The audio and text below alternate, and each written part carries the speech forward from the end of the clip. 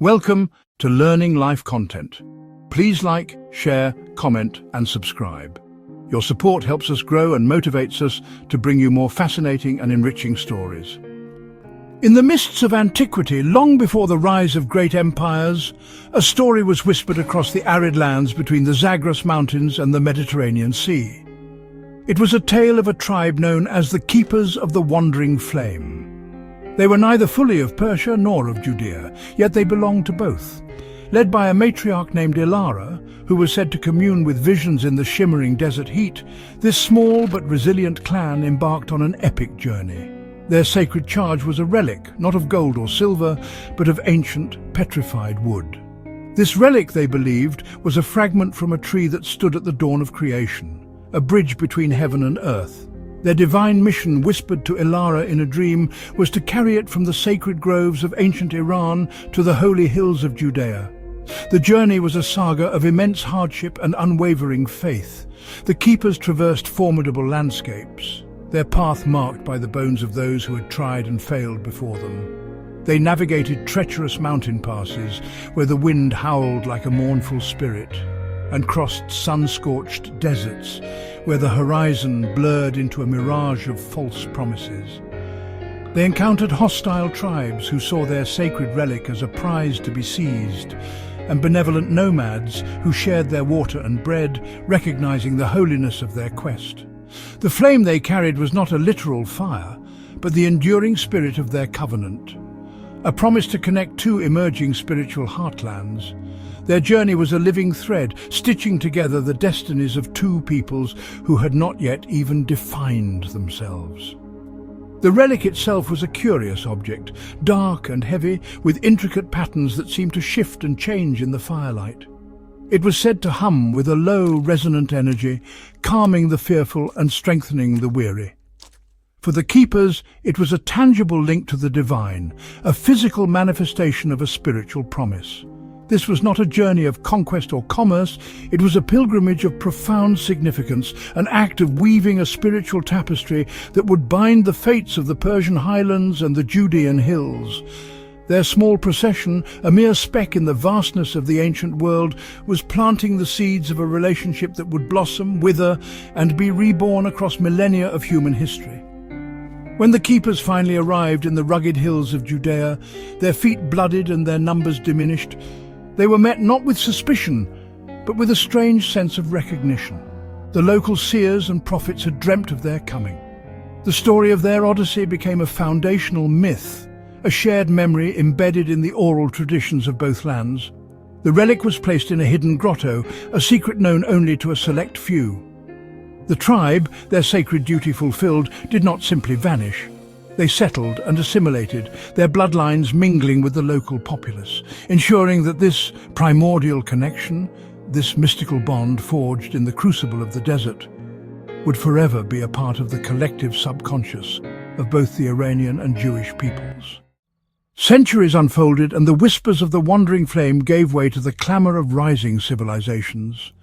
In the land of Persia, the Achaemenid Empire emerged, a colossal power that stretched its dominion across the known world.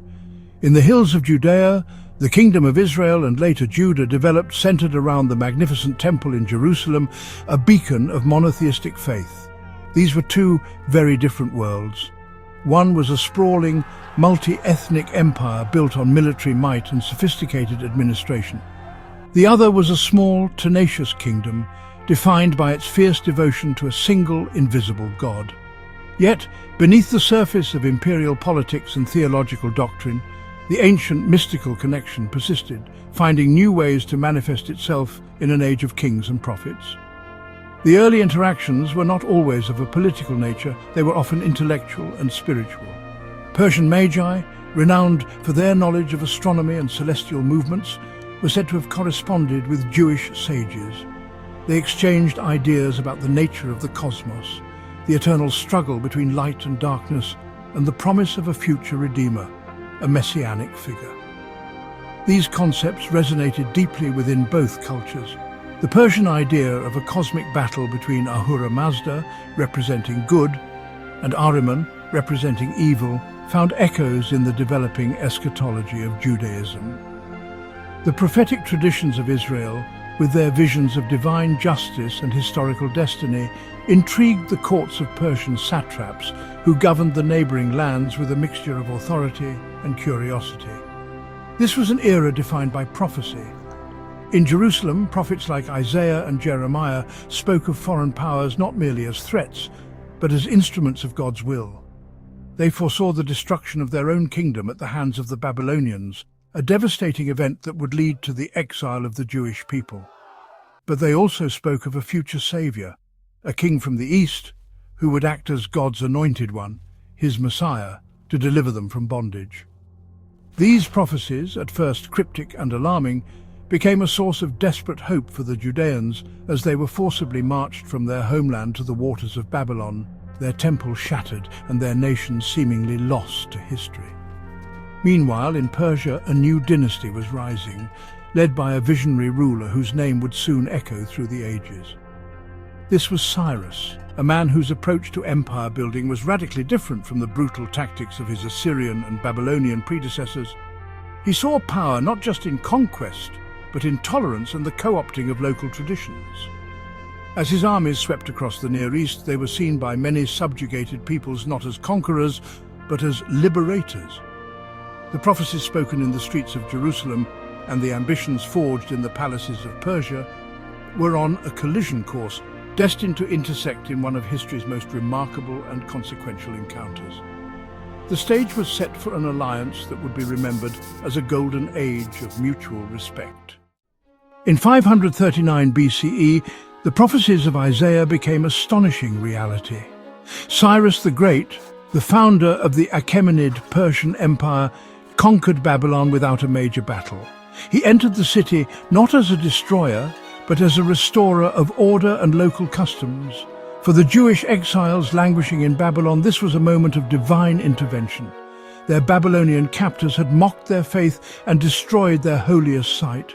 Cyrus, in a radical departure from the imperial policies of the age, issued an edict that stands as one of the most significant declarations of human rights in ancient history. He proclaimed that the Jewish people were free to return to their homeland, Judah, and more importantly, to rebuild their sacred temple in Jerusalem. This act was not merely a gesture of political pragmatism designed to win the loyalty of a subject people. It was seen by the Jews as the direct fulfillment of prophecy.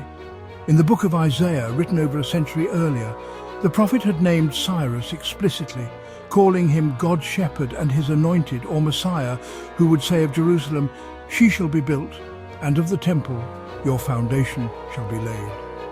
For the Jewish people, Cyrus was a Gentile savior, an instrument of the divine will. The Persian king, in turn, seemed to embrace this role, funding the reconstruction of the temple from the imperial treasury, and ensuring the return of the sacred vessels that the Babylonians had looted. This unparalleled act of benevolence forged a deep and lasting bond of gratitude and friendship. Years later, during the reign of Darius the Great, a fascinating discovery was made within the royal archives. As officials reviewed the imperial records, they unearthed the original scroll containing the decree of Cyrus. This rediscovery reaffirmed the Persian commitment to the Jewish people and their temple. Court scholars, both Persian and Jewish, marveled at the convergence of history and prophecy. They saw in the texts a shared understanding of divine providence acting through human history. The Persian concept of Asher, truth, order and righteousness, seemed to align perfectly with the Jewish belief in a God who guided the fates of nations. This shared worldview created a powerful intellectual and spiritual alliance that transcended mere political convenience. The Second Temple, built under Persian protection and with Persian funds, would stand for nearly 6 centuries as the center of Jewish life and worship. This period, known as the Second Temple period, was a time of immense religious and cultural flourishing for the Jewish people, all made possible by the foundational friendship established by Cyrus. The memory of this Persian king became enshrined in Jewish tradition as the ultimate example of a righteous Gentile ruler. This golden age of cooperation established a historical precedent. a powerful narrative of alliance and mutual respect that would be invoked time and again throughout the long and complex history of the two peoples, a shining moment when empires and faiths found common ground. The fall of the great ancient empires did not sever the ties between the Persian and Jewish peoples. As the world entered the medieval period, the nature of their connection evolved, shifting from the grand stage of imperial decrees to the bustling intimacy of the caravan trail and the quiet contemplation of the scholar's study. The legendary Silk Road, that vast network of trade routes connecting east and west, became a conduit not only for silks and spices, but also for ideas, traditions and people. Jewish merchants, whose communities were scattered across the Persian Empire and beyond, became vital players in this global exchange, their shared language and cultural ties creating a reliable network of commerce and communication. These merchant caravans, snaking their way through treacherous mountain passes and sprawling deserts from Isfahan to Jerusalem, were mobile microcosms of coexistence. A Persian Jew from the thriving community in Hamadan might find himself sharing a campfire with a Zoroastrian trader and a Nestorian Christian monk, debating theology and exchanging news from distant lands under a canopy of stars. These interactions fostered a unique cultural synthesis. Persian art motifs began to appear in the decorations of synagogues in the Levant, while Jewish philosophical and mystical ideas carried along these trade routes found their way into the intellectual circles of Persia. Diplomacy was no longer solely the domain of kings. It was practiced daily by the ordinary people who navigated the complex tapestry of medieval life. Within Persia itself, Jewish communities experienced a complex and fluctuating existence. Under the rule of various caliphates and later the Persian Safavid dynasty, they were officially designated as dhimmis, or protected people. This status afforded them the right to practice their religion and manage their own communal affairs, but it also subjected them to special taxes and various social restrictions. Despite these pressures, Jewish life flourished in many Persian cities, particularly in centers like Isfahan, Shiraz and Tehran. These communities produced renowned scholars, physicians, poets and musicians who contributed significantly to the rich cultural and intellectual life of Persia, writing in a unique Judeo-Persian language that blended Hebrew script with Persian vocabulary. However, this period was also marked by the clash of empires and shifting political landscapes that placed these communities in a precarious position. When Mongol hordes swept across the region, or when the Ottoman and Safavid empires engaged in their centuries-long struggle for dominance, loyalties were tested. A Jewish community in a border town might find itself under Ottoman rule one decade and Safavid rule the next, forced to navigate the demands and suspicions of new masters. Yet, through it all, the deep-rooted historical connections and the practical necessities of trade and diplomacy ensured that the lines of communication between the peoples of Persia and the Jewish diaspora, including those in the Holy Land, were never entirely broken. As the medieval world gave way to the early modern era, the relationship between Persians and Jews entered a more shadowed and, complex phase. The rise of powerful competing empires, the Shia Safavid Empire in Persia and the Sunni Ottoman Empire controlling the Levant, including Palestine, redrew the political map and created new lines of conflict. The old direct connections forged in the age of Cyrus and facilitated by the Silk Road became strained. The once fluid world of merchants and mystics was now bisected by heavily fortified borders and the deep theological rift between Sunni and Shia Islam. This new geopolitical reality inevitably cast long shadows of suspicion over the Jewish communities caught in the middle. For the substantial Jewish population living within the Persian Empire, life became increasingly precarious. The Safavid dynasty, in its zeal to enforce Shia orthodoxy, often viewed its religious minorities with deep mistrust. There were periods of intense persecution, such as the forced conversions under Shah Abbas II in the 17th century, where entire communities were compelled to outwardly embrace Islam or face expulsion and death. While many Jews practiced their faith in secret, these episodes left deep scars of trauma and insecurity. Loyalty was no longer assumed. It had to be constantly proven. A letter from a relative in Ottoman-controlled Jerusalem could be interpreted by a suspicious official as an act of espionage, a sign of allegiance to a rival power. Conversely, in the Ottoman Empire, Jewish communities often found greater tolerance, especially the Sephardic Jews who had been expelled from Spain in 1492 and welcomed by the Sultan. This created a divergence of experience. A Jew in Jerusalem or Safed might enjoy a degree of autonomy and prosperity under Ottoman rule that was unimaginable to their co-religionist in Isfahan during a period of persecution. This disparity further complicated the relationship. The historical friendship with Persia became a distant, almost mythical memory, overshadowed by the immediate realities of survival under different and often competing imperial regimes. The notion of a shared destiny was fractured by the divergent paths their histories were now taking. The pressures of these great power rivalries forced Jewish communities to become masters of quiet diplomacy and careful navigation. They maintained their internal networks, using family and commercial ties to transmit information and support across imperial borders. But they did so with extreme caution.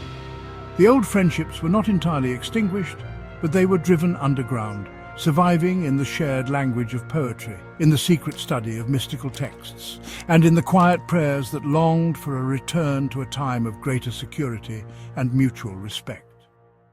The grand alliance of kings had faded, replaced by the hushed and anxious perseverance of a people caught between the grinding gears of empire. The 20th century witnessed a dramatic and, honestly, pretty unexpected revival of the ancient alliance. In the aftermath of World War II and the establishment of the State of Israel in 1948, the political landscape of the Middle East was radically reconfigured. Iran, then ruled by the pro-Western monarch Mohammad Reza Pahlavi the Shah, found itself sharing a common strategic interest with the fledgling Jewish state. Both nations were non-Arab powers in a region that was increasingly dominated by pan-Arab nationalism, and both saw the Soviet Union and its regional allies, like Egypt's Gamal Abdel Nasser, as significant threats. This shared perception of threat became the bedrock of a deep, albeit largely clandestine, partnership. This was not an alliance born of sentiment or ancient history, but of cold, hard, realpolitik. Iran became the second Muslim-majority country after Turkey to grant de facto recognition to Israel. While diplomatic ties were kept officially at a low level to avoid antagonizing the Arab world, behind the scenes, cooperation really flourished. Israeli agricultural experts helped modernize Iranian farming. Israeli engineers assisted in major construction projects, and Israeli military advisors trained the Shah's elite forces. The national airlines of both countries, El Al and Iran Air, operated direct flights between Tel Aviv and Tehran, facilitating a brisk trade in goods, technology and tourism. For a brief, sunlit period, the old friendship seemed reborn in a modern guise. The most secret and significant aspect of this partnership unfolded in the realms of intelligence and defense.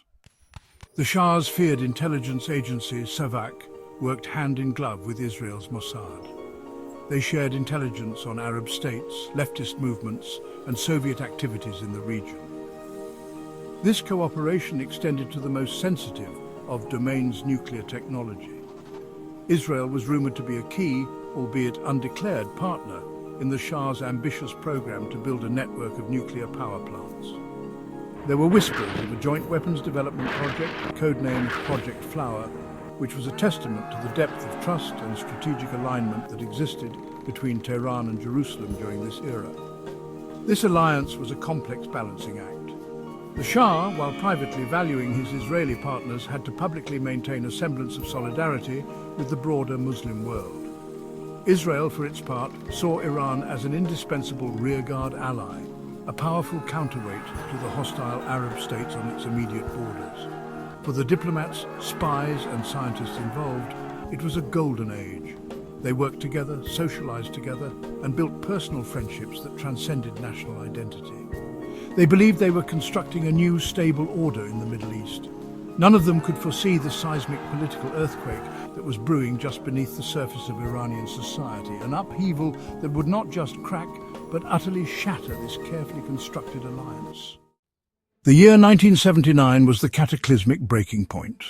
The Iranian Revolution, a volcanic eruption of religious fervor and popular discontent, overthrew the Shah and brought Ayatollah Ruhollah Khomeini to power. The Islamic Republic he established was founded on principles that were the complete antithesis of the Shah's regime.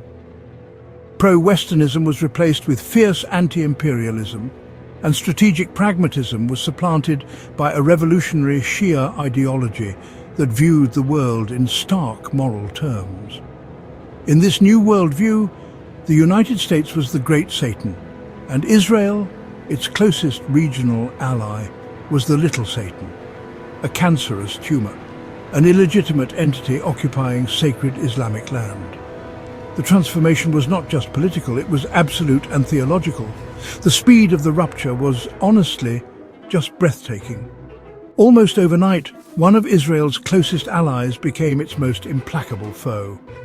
The Israeli embassy in Tehran, once a bustling hub of covert and overt cooperation, was summarily closed and handed over to the Palestine Liberation Organization as a symbolic gesture. Yasser Arafat was welcomed to Tehran as a hero. All official ties were severed. The direct flights stopped, the joint projects were abandoned, and the shared intelligence files were either destroyed or fell into revolutionary hands. The new regime in Tehran declared Israel's very existence to be an affront to Islam and dedicated itself to its eventual destruction, making this a central pillar of its foreign policy. For the individuals who had built the alliance, the reversal was a profound personal tragedy. Israeli diplomats and advisors who had considered Tehran a second home were forced to flee, some in dramatic last-minute escapes. Many left behind Iranian friends and colleagues, now facing persecution for their association with the former regime and its Israeli partners. An Israeli diplomat who had spent years fostering ties might have watched on television as a former Iranian counterpart with whom he had shared dinners and built a genuine rapport, publicly denounced Zionism with the vitriol required for survival in the new revolutionary order. The personal bonds were severed just as brutally as the political ones. The revolution also had a devastating impact on Iran's ancient Jewish community. Numbering around 80,000 before 1979, they were suddenly cast as a suspect fifth column, tainted by their connection to the new enemy state of Israel. Though officially recognized as a religious minority, the community faced intense pressure, and a prominent leader, Habib El-Ghanian, was executed on trumped-up charges of spying for Israel. This sent a shockwave of fear through the community, prompting a mass exodus. Tens of thousands of Iranian Jews left their homeland of millennia, seeking refuge in Israel and the West. The revolution didn't just end a strategic alliance, it sundered a human connection that had endured for 2,500 years.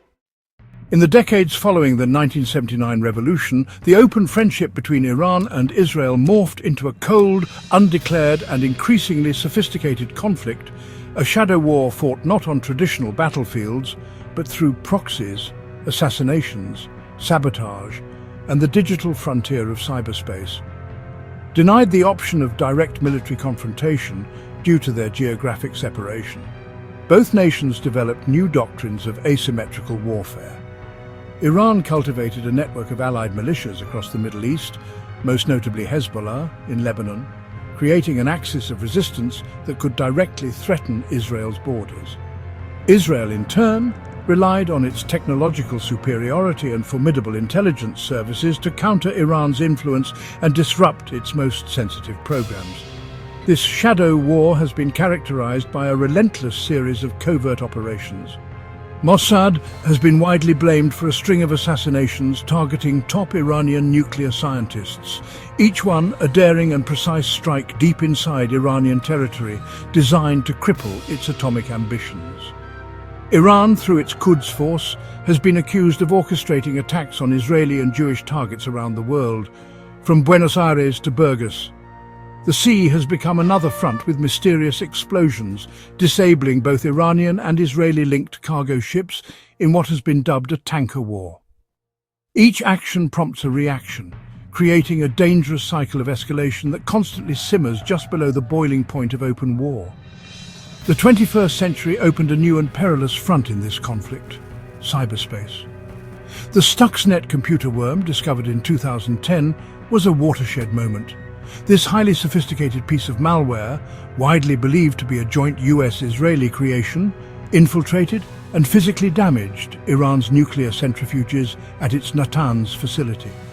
It was a new form of warfare, a digital weapon that could achieve the results of a military airstrike without firing a single shot. Iran responded by building up its own formidable cyber warfare capabilities, launching attacks against Israeli water infrastructure, government websites and private companies. This digital battlefield is a realm of constant, clandestine combat, a silent war fought by armies of hackers in darkened rooms. The most dangerous arena of this conflict remains Iran's nuclear program. For Israel, an Iranian nuclear bomb is an existential threat that cannot be tolerated. For Iran, the program is a source of national pride and a key deterrent against foreign intervention. This fundamental clash has driven the shadow war to its most perilous heights. Israel has conducted sabotage operations, cyber attacks, and has repeatedly signaled its willingness to launch preemptive military strikes to prevent Iran from crossing the nuclear threshold. Iran has responded by accelerating its uranium enrichment and hardening its facilities, moving them deep underground. The two nations are locked in a high-stakes game of chicken, where a single miscalculation could ignite a catastrophic regional conflagration. Amid the relentless drumbeat of war and the chilling calculus of the shadow conflict, quieter voices still search for the echoes of a different history. In a heavily encrypted digital exchange, a conversation takes place that is both impossible and, well, necessary.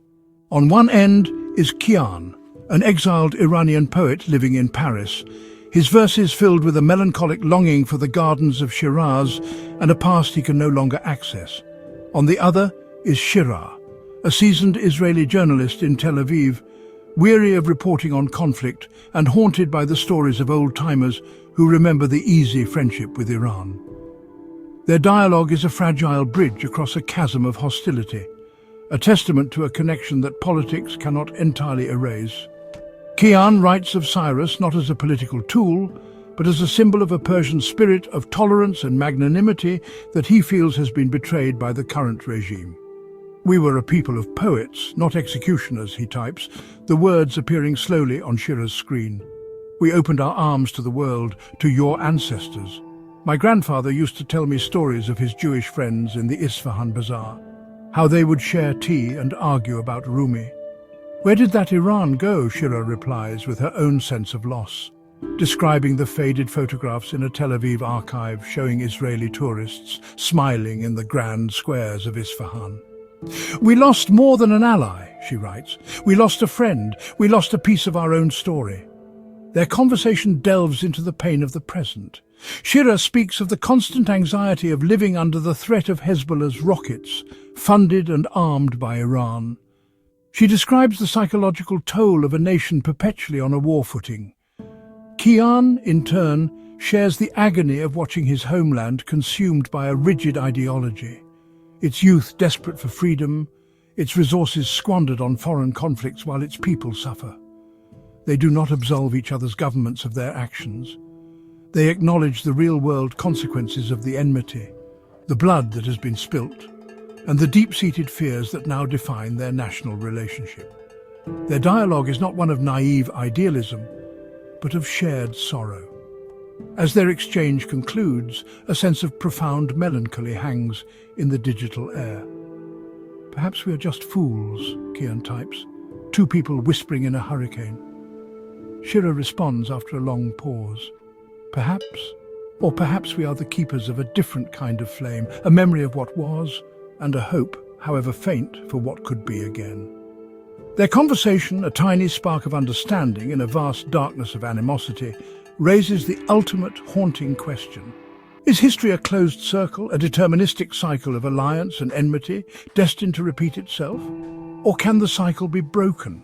Can the shared memory of Cyrus the Liberator, of the bustling Silk Road, and of the brief bright alliance of the 20th century provide a foundation for a new and unforeseen future?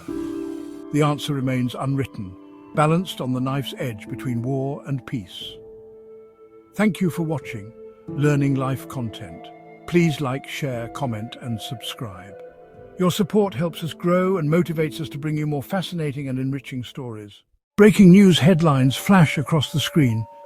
Missile trails over the night sky, emergency sirens in distant cities, and the relentless churn of international newsrooms. In recent months, tensions between Iran and Israel have reached levels unseen in decades, with each side locked in a cycle of retaliation and strategic maneuvering. The latest escalation began with a series of drone and missile attacks targeting Israeli military sites, attributed to Iranian-backed proxies operating from neighboring territories. Israel responded with precision airstrikes on suspected weapons depots and command centers in Syria and Lebanon, intensifying the shadow war that has simmered for years. Satellite imagery and military footage reveal convoys of armored vehicles mobilizing along borders and anti-missile defense systems lighting up the night.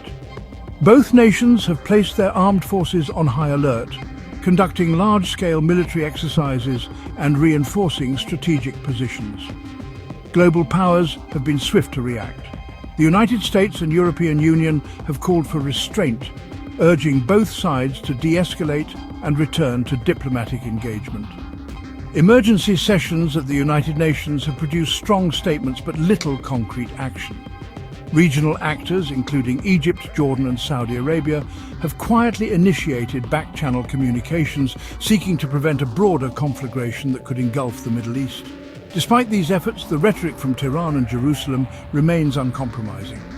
Leaders on both sides invoke national security and the right to self-defense, while state media amplifies the narrative of existential threat. As the world watches, the risk of miscalculation looms large. Analysts warn that a single incident, a downed jet, a stray missile or a cyber attack, could trigger a wider conflict with devastating consequences. Maps highlight flashpoints from the Golan Heights to the Persian Gulf, while diplomatic corridors in Geneva and New York buzz with urgent negotiations. The international community stands at a crossroads, facing the challenge of averting another war in a region already scarred by decades of violence.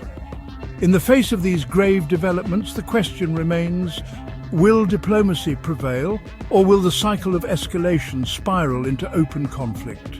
The coming days and weeks will be critical, as the fate of millions hangs in the balance. Thank you for watching Learning Life content. Please like, share, comment, and subscribe. Your support helps us grow and motivates us to bring you more fascinating and enriching stories.